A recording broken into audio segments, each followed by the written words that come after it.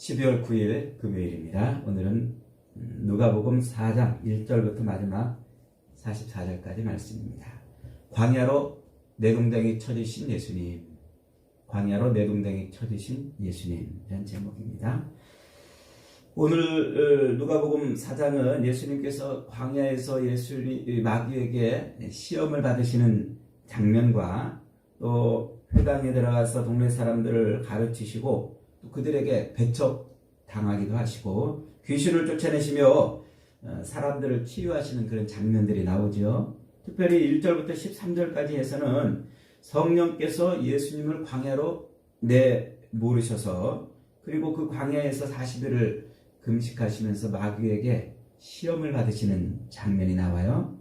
이미 마귀의 시험은 마태복음 4장에서 우리가 충분히 다뤘습니다. 마귀는 늘 우리 인생으로 하여금 여러 가지 시련과 시험을 가지고 공격을 한다고 그랬죠. 주로 이제 먹을 것, 입을 것, 그리고 이 땅에 사는 삶에 필요한 것들을 가지고 공격을 한단 말이에요.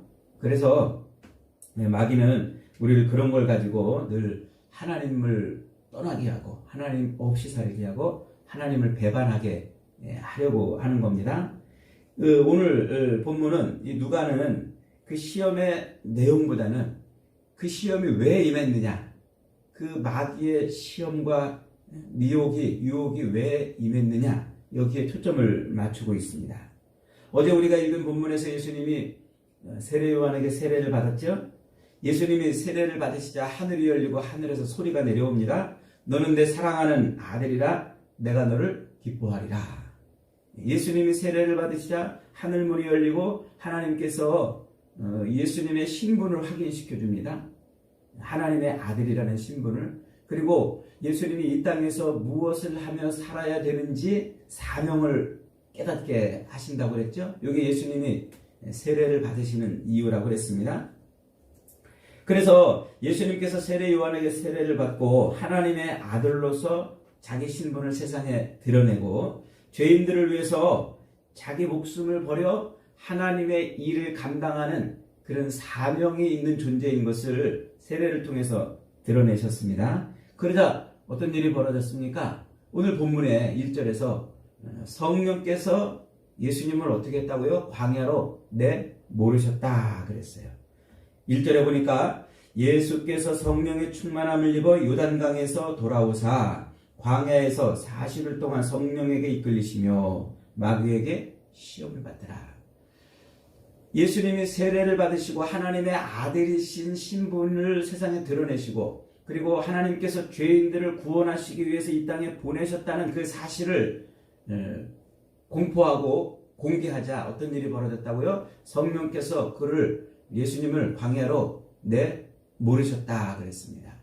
왜 그랬을까요? 왜 이런 일이 벌어졌을까요? 그것은 곧 하늘의 사명을 받았기 때문에 그래요.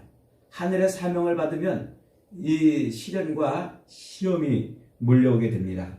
성령께서 예수님을 광야로 내몰았다 이 표현을 마가복음에서는 성령께서 예수를 몰아내셨다 이렇게 표현하고 있어요. 그러니까 오늘 누가는 성령에게 이끌려 광야로 갔다 이렇게 표현하는데 마가는 성령께서 내몰았다 이렇게 표현하고 있단 말이에요. 요 내몰았다 이 말이 에크발로 패대기를 쳤단 말이에요. 끌고 가서 패대기를 쳤다. 이게 언제 주로 많이 쓰이냐면 예수님께서 귀신을 쫓아낼 때 쓰는 단어예요. 여러분 예수님이 귀신을 쫓아낼 때 귀신한테 가가지고 아유 제발 좀 나가주십시오 이렇게 요청했겠습니까? 귀신을 향하여 예수님이 명령하시고 그 귀신을 어떻게 했다고요? 패대기를 치시다고요. 패대기. 그러니까 내동댕이를 치신 겁니다. 지금 그 똑같은 단어를 성령께서 예수님을 광야로 이끌어내시는 내몰아가시는 그 장면을 지금 설명하는 단어로 쓰고 있다는 것이죠. 여러분 놀랍지 않습니까? 세례를 받으시고 성령이 충만해가지고 이제 하나님께서 너는 내 사랑하는 아들이라는 그런 이 말씀을 선포해 주셨음에도 불구하고 갑자기 성령께서 왜 광야로 예수님을 내동댕이를 치십니까? 왜 패대기를 치십니까? 그것은 곧 예수님이 이 땅에서 하늘 사명을 이루시는 그런 분이시라는 것을 세상에 드러내시는 거예요. 그리고 예수님이 가시는 그 길이 하늘의 비전, 하늘의 사명을 이루는 길이라고 알려주고 있는 것입니다. 이게 굉장히 아주 중요한 영적인 원리입니다. 지금 누가는 이 영적인 원리가 오늘 우리의 삶에서 고스란히 이루어진다고 지금 말하고 있는 겁니다. 그러니까 무슨 얘기예요? 우리가 예수 믿고 회개하고 세례를 받고 이제 내가 하나님의 사람으로 살아야 되겠다. 내가 이제 하나님의 백성으로 이 땅을 살아야 되겠다. 이렇게 결단하고 결심하고 옛 생활을 돌이켜서 회개하면 어떤 일이 벌어진다고요? 성령이 내 위에 임해요. 그리고 성령이 나를 어디로 보내요? 광야로 내보내신단 말이에요. 그때부터 어떤 일이 벌어진다고요? 그때부터 마귀가 여러 가지 시련과 시험으로 우리를 공격하고 미혹하는 것입니다.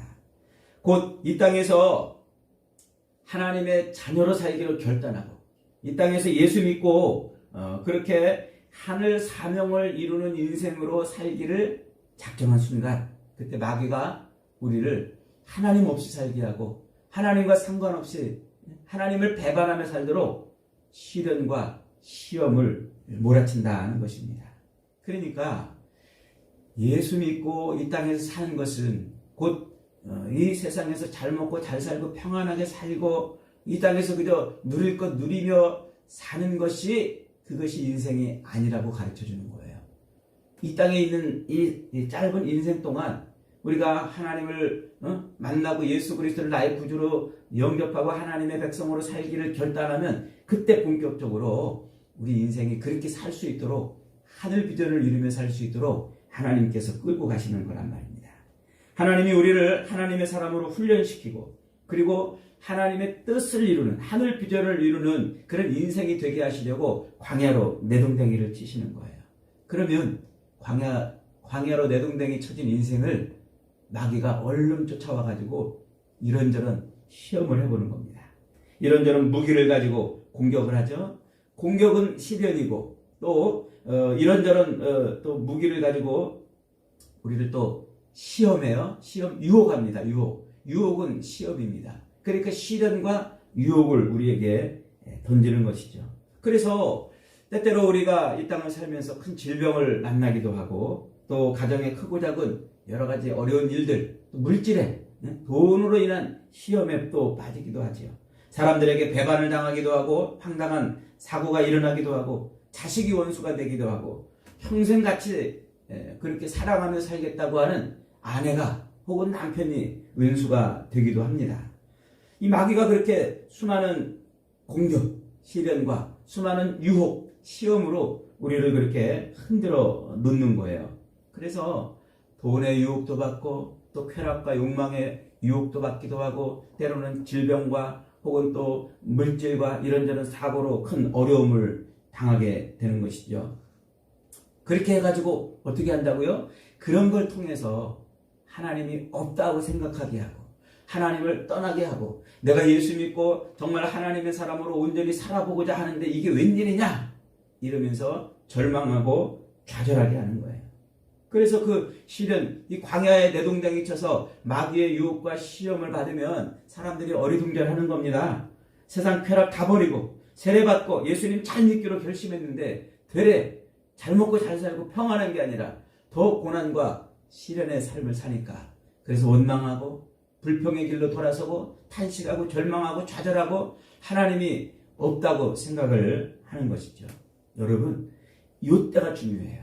바로 이때 우리가 세례를 받고 하늘 비전을 받아서 하나님의 백성으로 하나님의 자녀로 이 땅에서 하나님의 뜻을 이루며 살기로 작정하여 그렇게 결단했을 때 그때 불어닥치는 이 시련과 시험의 바람을 잘 이겨내야 된다는 말입니다.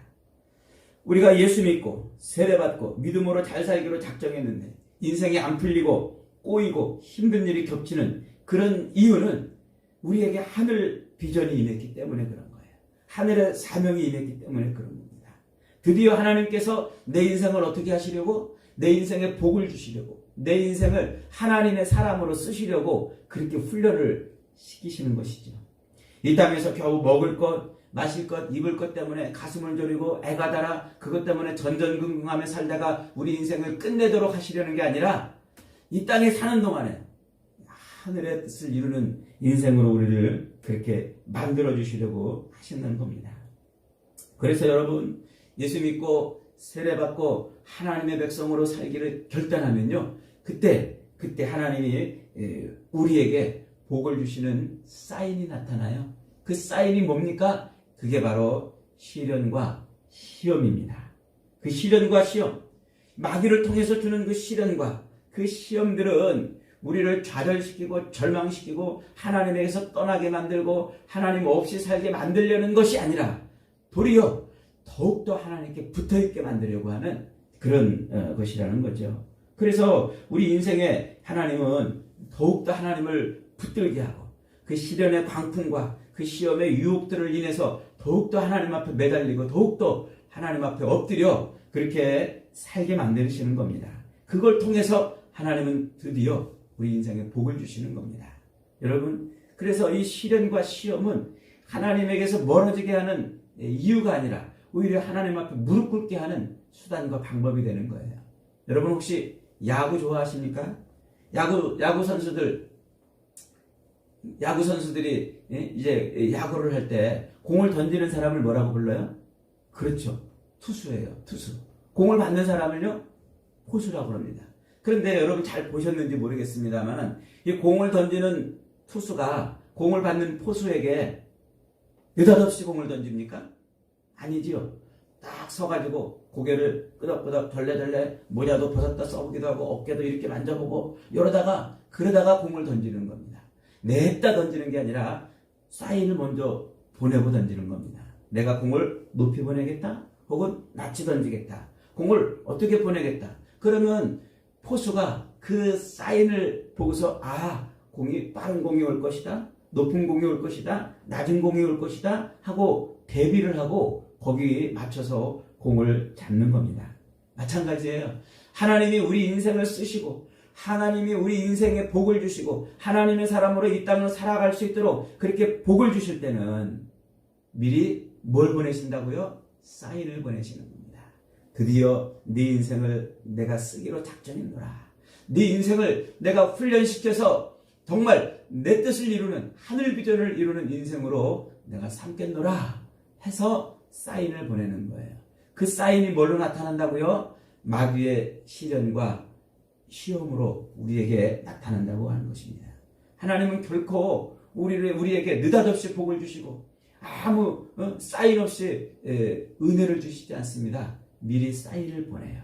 내가 네 인생을 쓰겠노라. 네 인생을 하늘 비전을 이루는 인생으로 만들어 놓겠노라. 그래서 마귀를 통해서 이런저런 시련과 유혹을 견디게 해주시는 것이죠.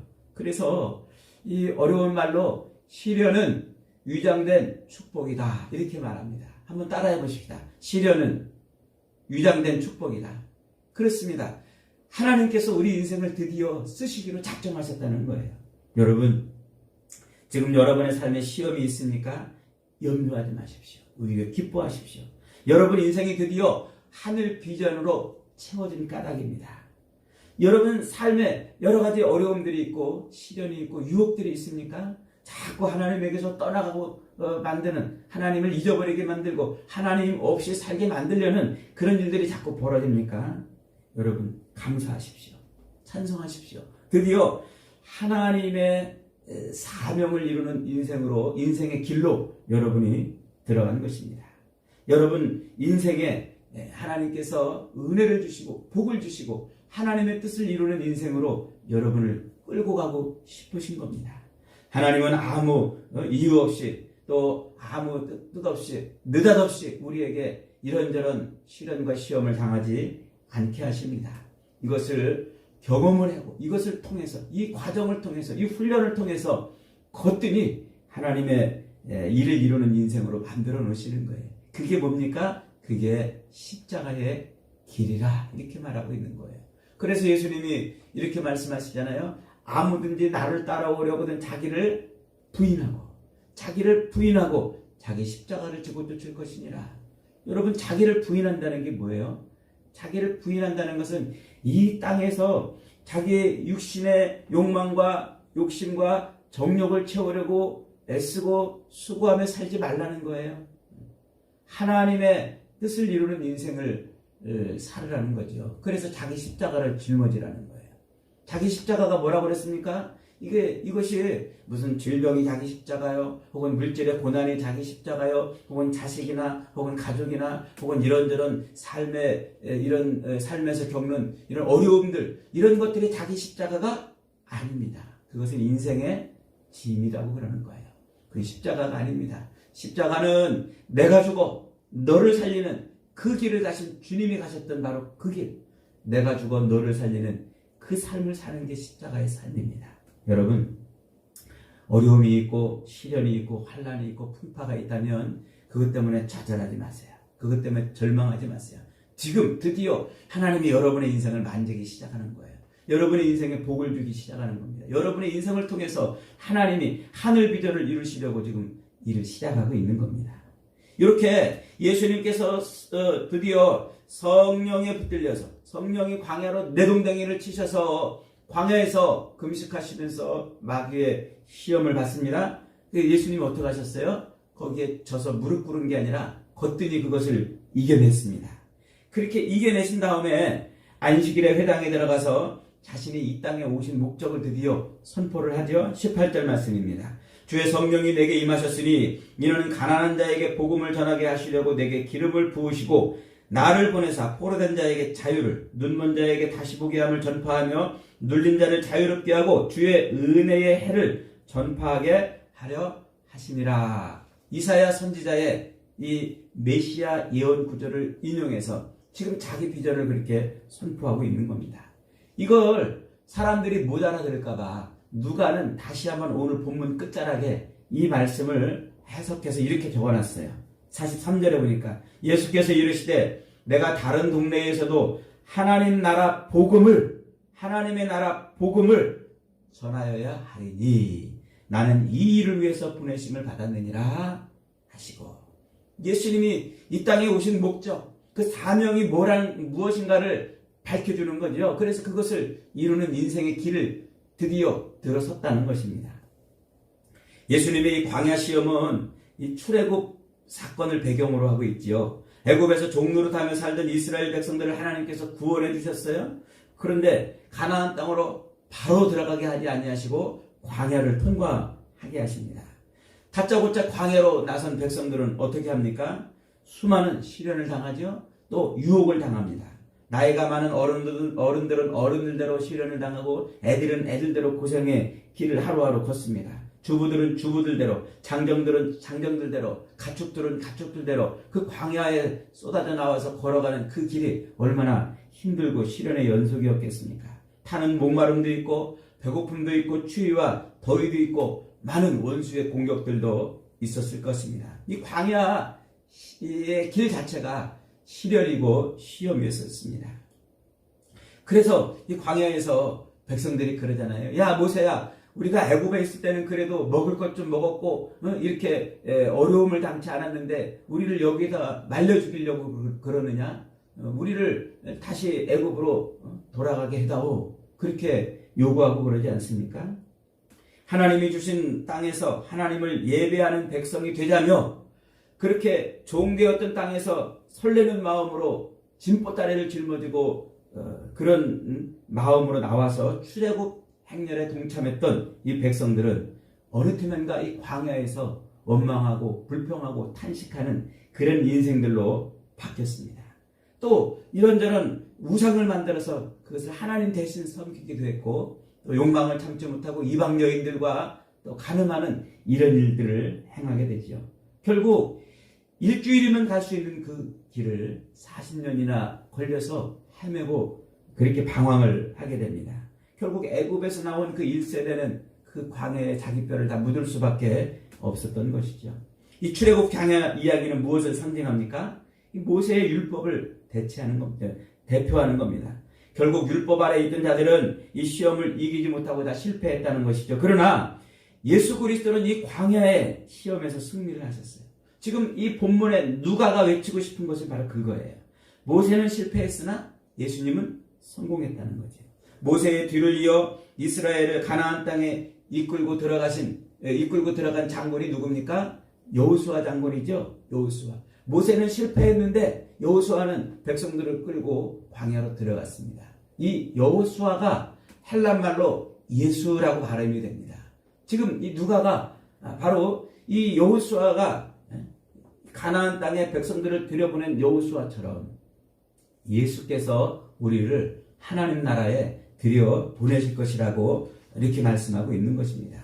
그래서 예수님을 따라가면 우리도 어디 들어간다고요? 하나님 나라 들어간다고요. 하늘 비전을 이루는 그 삶으로 들어간다라고 말하고 있는 겁니다. 그래서 히브리서 4장 14절로 16절은 이렇게 우리에게 권면합니다. 우리에게 큰 대제사장이 있으니 승천하신 자 곧 하나님의 아들 예수시라. 우리가 믿는 도리를 굳게 잡을지어다. 우리에게 있는 대제사장은 우리의 연약함을 체휼하지 아니하는 자가 아니요 모든 일에 우리와 한결같이 시험을 받은 자로 돼 죄는 없으시니라. 그러므로 우리가 긍휼하심을 받고 때를 따라 돕는 은혜를 얻기 위하여 은혜의 보좌 앞에 담대히 나아갈 것이니라. 여러분, 시험이 찾아오면요, 우리에게 시험이 찾아오면 항상 우리 앞서서 누가 먼저 걸어가신다고요? 주님이 걸어가신다고요. 주님을 바라보라는 거예요. 주님을 따라가라는 거예요. 주님을 붙들고 가라는 겁니다. 사랑하는 여러분, 지금 어려움이 있습니까? 시험을 당하고 시련을 당하고 있습니까? 하늘 비전으로 여러분의 삶이 채워진 줄 믿으시기 바랍니다. 하나님이 여러분의 인생에 복을 주시고 하나님의 뜻을 이루는 인생으로 만드시려고 지금 여러분을 끌고 가고 있는 줄 확신하시길 바랍니다. 주님을 바라보십시오. 예수님을 따라가십시오. 주님을 의지하고 주님께 엎드려서 도움을 구하고 더욱더 우리 주님을 붙들고 사는 그런 인생이 되어보십시오. 그러면 하나님이 저와 여러분을 놀랍게 쓰실 것입니다. 오늘도 하늘 비전을 이루는 이 길에서 우리 주의 영광을 누리며 사는 저와 여러분이 다 되시기를 주님의 이름으로 축복합니다. 아멘.